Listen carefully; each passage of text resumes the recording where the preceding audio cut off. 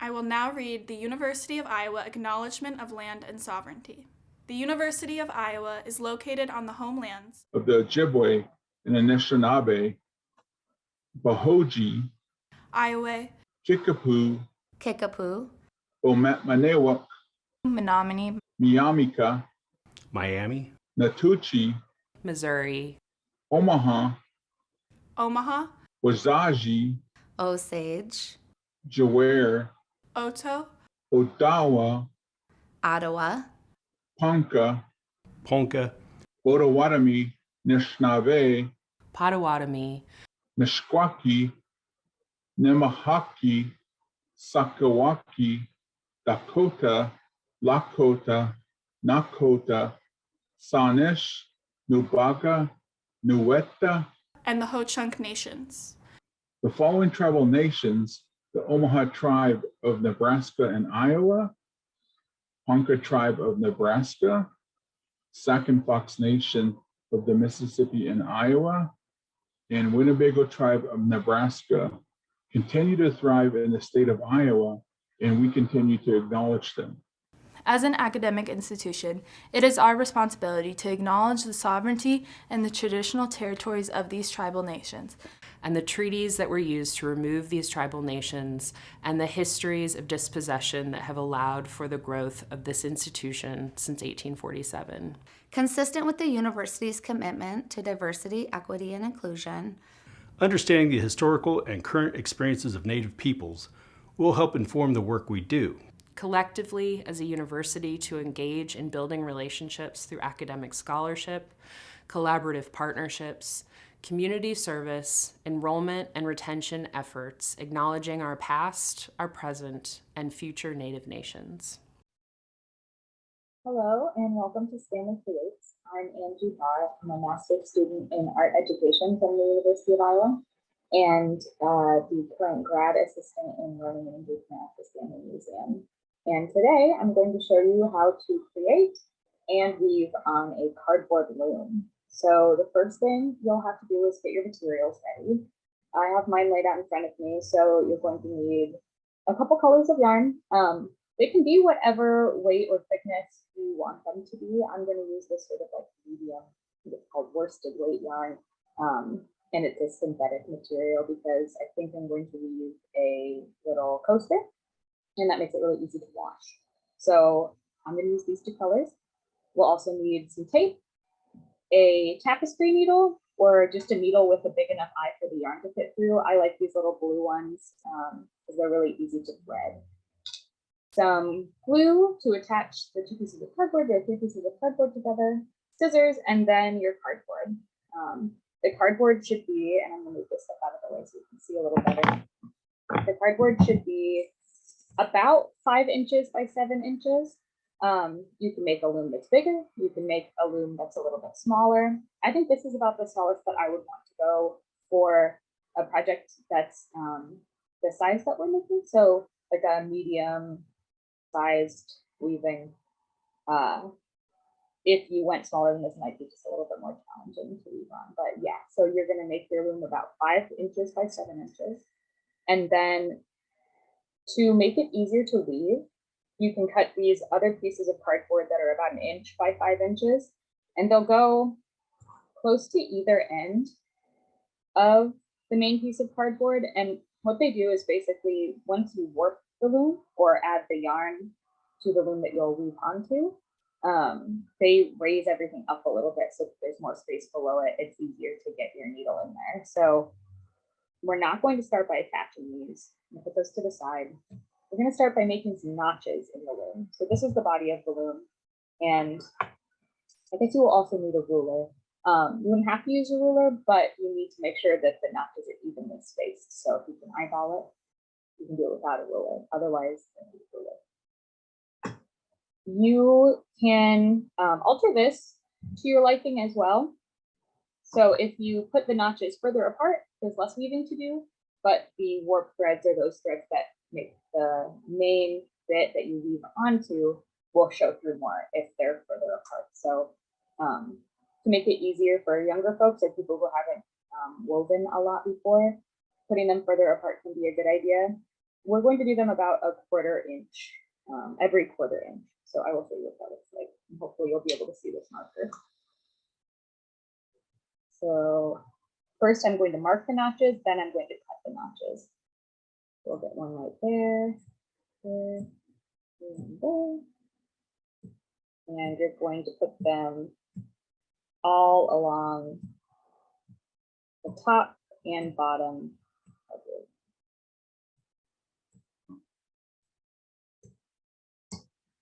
So I've got them marked on the top. I'm going to cut them a little bit deeper than this, but this is just to mark where they are. Flip it over and do the same thing again. And you'll see in a second why it's important for them to be lined up. So every 1/4 inch or so. Again, you can space these out differently if you want to, or you can follow along with me and do every 1/4 inch. That should be about right. We've got our notches marked. I have these great big sewing scissors, but I'm going to use some little purple thick scissors to cut the cardboard because I don't like to use my sewing scissors and cardboard paper. So I'm going to start cutting the notches in, and you need them to go maybe about a 1/2 inch in. I'll cut a couple and show you. So not too deep, but deep enough that the yarn can rest comfortably in there without coming out. So about maybe a little less than a 1/2 inch. Cut a notch at each of those spots. With those spots that you marked.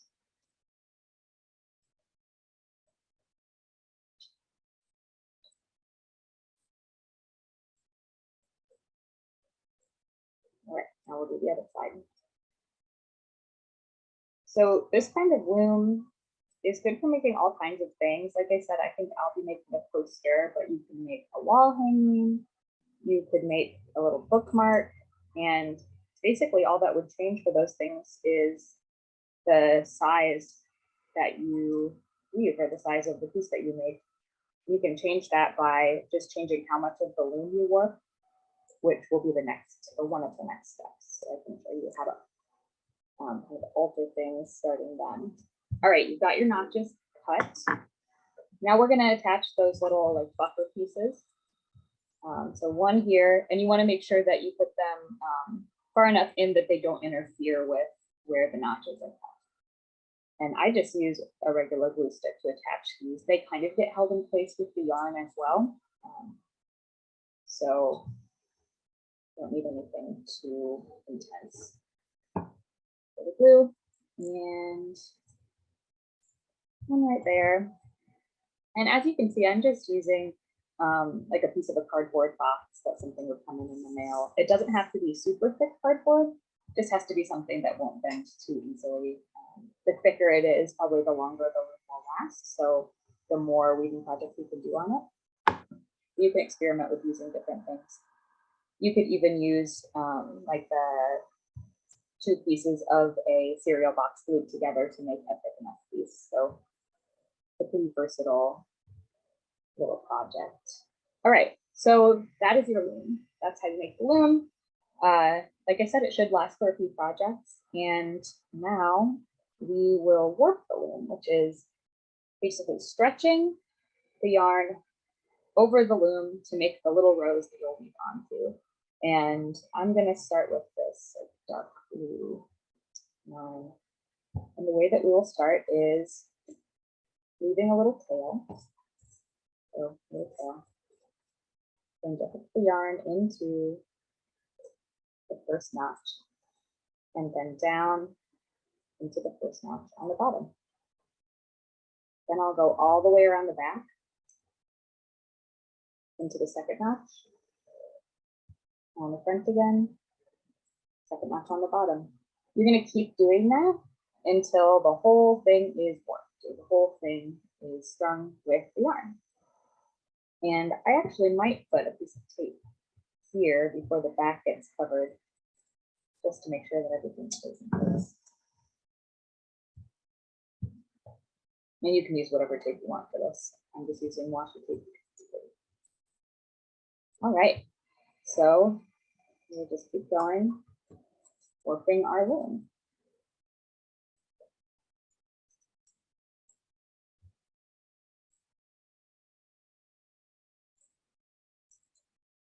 You want to put a little bit of tension on the yarn, but not enough that it feels like it might break or stretch the loom too much.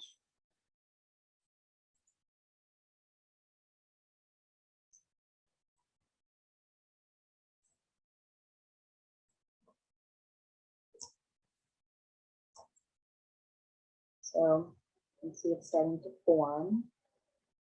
These notches must have been a little bit further apart than a quarter inch because there's a bit of a gap. But once we start weaving onto it, you really won't be able to tell. It's a pretty forgiving project.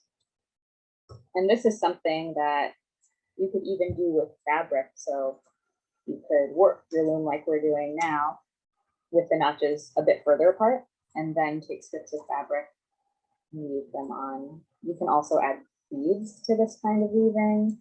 You can add a fringe. The possibilities are really endless.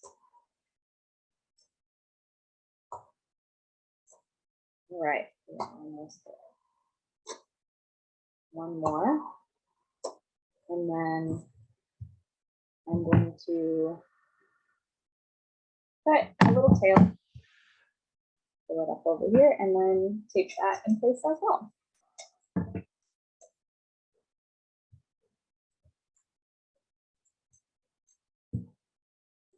So now we have our warped loom. We can start weaving. I'm going to use the other color just to make it more visible.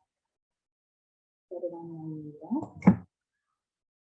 And if it's easier for you to sew or to weave without having to worry about this yarn coming off the needle, you can actually tie it right on there. Not on the needle. And then we'll want to start off with a decent amount of yarn, but not too much that it gets really unwieldy to pull through. So maybe like about an arm's length, maybe a little longer than an arm's length. Put it off from the ball, pull it side. And then starting on, I'm going to start on my right. You're simply going to take your needle and go over one and under one. And keep doing that over and under. And I'll get it closer so you can see it a little bit. So over and then under, over and then under. You can do a few at a time before you pull it through. And you're going to pull it so that there's a decently sized tail on the end, about that much. We will weave in all of the extra tails at the end. You might have a few if you change colors or if you have to add more yarn, but I'll show you the process of weaving them in once we get a little further. So continuing over, under, over, under, over, under, until you get to the other side. And this first row, I like to kind of situate it a little bit over this extra piece of cardboard. I think it makes it easier to weave if it's not right up against it. So kind of placing it here, straightening it out. And then here is where we have to practice a little bit getting the tension right on the edges. So the next row will be the opposite of this one. So you see that I went over this piece of yarn on this row. So this time I'm going to go under it. So under, over. So whatever you did in the last row, you do the opposite. And once you're ready to tighten it, you'll get this nice little loop. And you'll notice, like, if you pull it too tight, the sides start to pull in, and that will change the shape of your weaving. It makes it a little bit less flat and a little bit less nice looking. So before it gets to that point, you're pulling it, starting to get it close to tight. I like to kind of put it at an angle and pull it so it's just like resting on that outside string, that outside yarn. So it's not pulling, it's tight, but not too tight. And then I just take my fingers and press it down so that it's resting on top of the next row. Like that. I'll do a whole row for you here so you can see what that looks like a little bit better. But yeah, that's pretty much the process of weaving. A lot of over, under. We can change colors. I'll show you how to do that. Some people will change colors in the middle of a row or use colors to make different shapes. There are other weaving patterns as well, but for our purposes today, we're going to stick with the traditional. So you can see I'm just like gently tapping the top row onto the bottom row, almost to the end of another row. And I'm going to do the same thing again. So I went under this piece of yarn last time. So this time I'm going over it. So it's gonna happen. Over this time. So under, over. I do think it's easiest to start out with a different color warp thread than what you're weaving with when you're first starting, just so you can see the difference and really easily see where the overs and unders are. So I'm pulling it tight. Got that loop on the edge. And I'm going to put up at a little bit of an angle. You can play with the tension a little bit, but ultimately you want everything to be tight but relaxed, like not too loose, not too tight. So there we have a couple rows. Basically what you're doing is making fabric. So it's a really slow process of making fabric. But there's a lot of cool things that you can do with it. I'm going to finish weaving this row and I'll show you how to change colors. Then I will get a piece that I have almost finished and you can cut it off the loom and I'll show you the process of finishing it, tying in those loose ends, and we'll go from there. So do a little bit more weaving.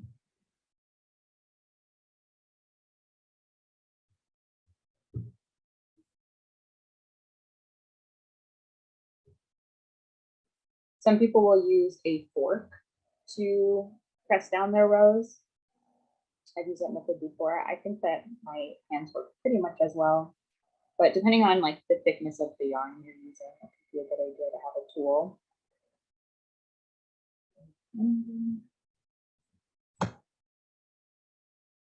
Once you get good at this process, it can become kind of meditative, sort of like knitting or anything else, where it becomes second nature and you can do it while you're working on other things. And you can start adding in like more creative choices for how you use the yarn, what kinds of yarn you use. I think it can be really fun to experiment with using bulky yarn or like really soft yarn in weaving. Or like I said before, adding in buttons or beads. All right, so I got to the end of my row. I'm gonna cut this yarn. Again, adding or leaving a little bit of a tail. And I'm gonna switch to this pink color.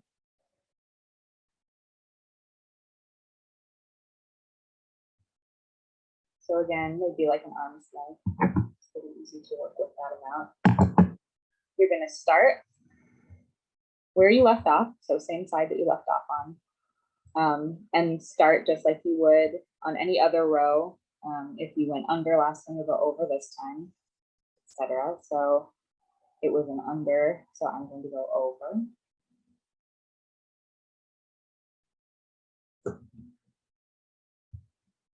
I'm going to pull it through and leave the little tail again. And those will get woven in at the end.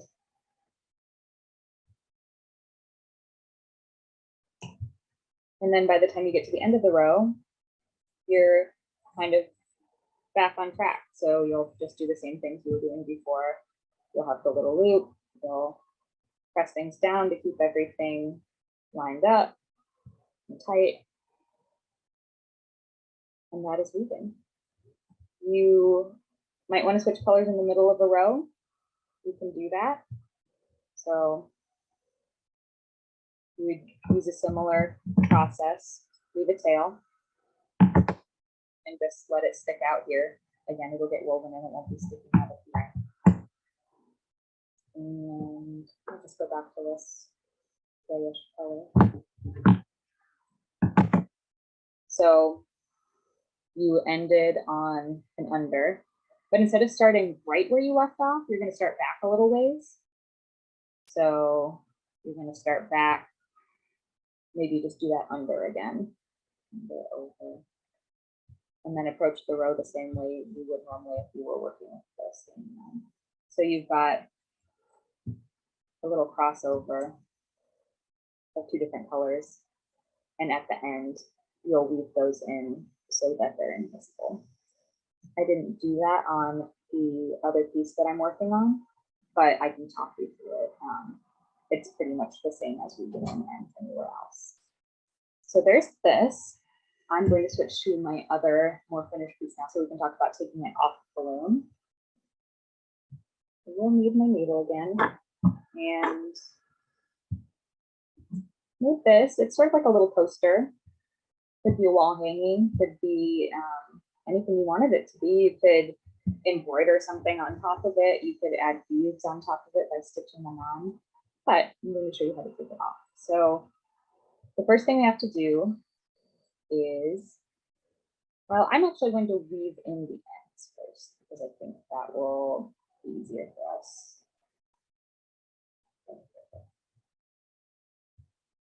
All right, so here's an end.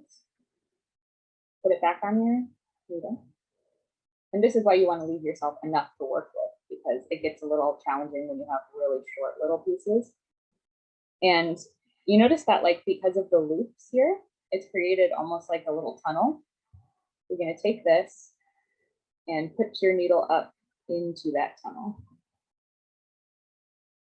So up a couple rows.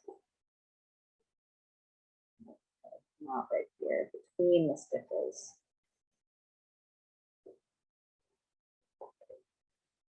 Pull it. Make sure that it doesn't pull too much, like I just did. And then you're going to cut this off super close here, making sure that you don't cut through any of the warp threads. It's super close here. And so the end will be sort of hidden in this little channel. Cut it off. And then kind of poke around at these to cover it up. And then your end is hidden. So I'm going to do that for all the rest of these, or most of the rest of these at least, and then I'll show you how to cut it off.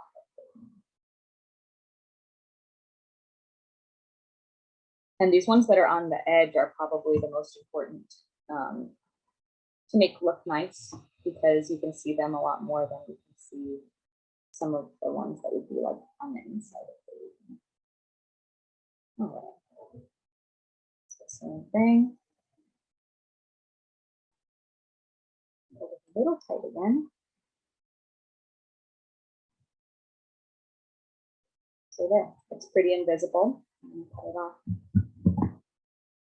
here.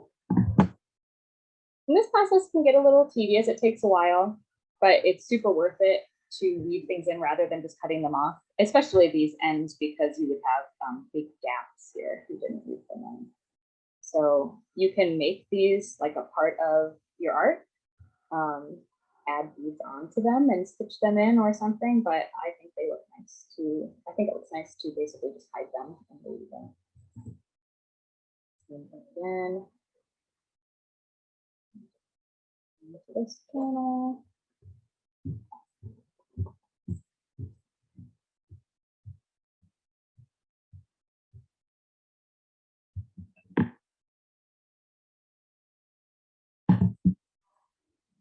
Couple more.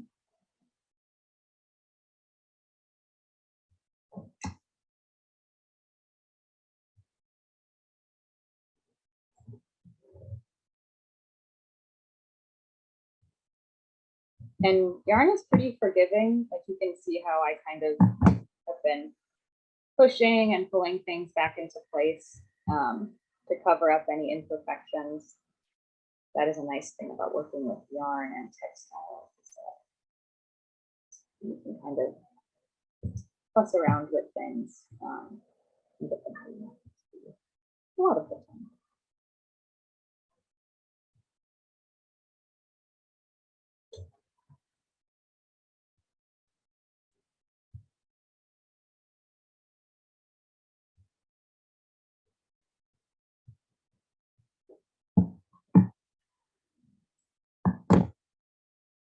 All right, I'm gonna leave the ones on the bottom for now. I can leave them in after we cut the piece off of the loom, but cut it off.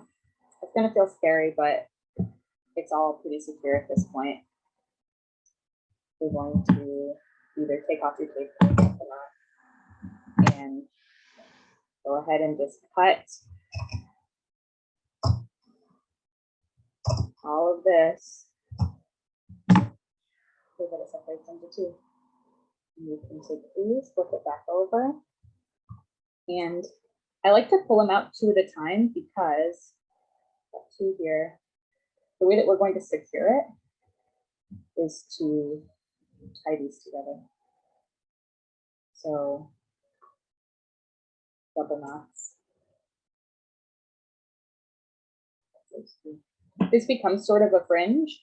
I think it looks nice that way, but if you want to, you could weave these ends in at the end, or you could tie them over a little hole so you can hang it on the wall. I'm going to leave it as a fringe. You could add more fringe on top of this. So two at a time.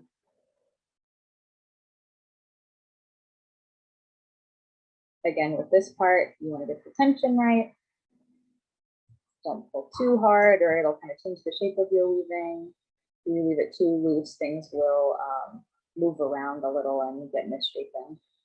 So practicing that part can take a while, but by the end of tying all of these, you'll probably have it.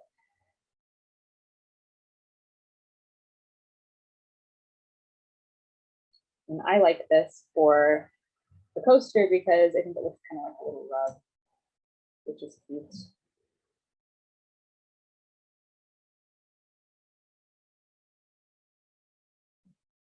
So by the time you tie all of these knots, it'll be really secure. It'll be free from the loom. You can use the loom again. And you can trim the fringe. I'll probably trim it to be about 1 inch long.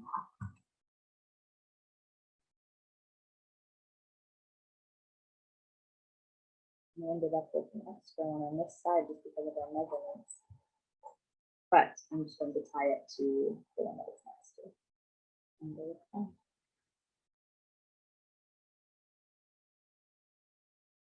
Okay, so I've got one side free. And start to see what sort of that finished piece would look like.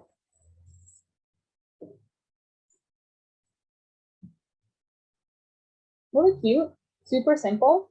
And you can change it in all kinds of ways to make it more interesting to you. Use whatever colors you like, use different materials. And you can see it different. And I'm going to finish up tying these off on my own, but I hope that you enjoyed learning how to do a little bit of weaving. Something that takes a little bit of practice to get used to, but again, so many potential possibilities for your artwork. And yes, thank you so much for watching, and I will see you next time.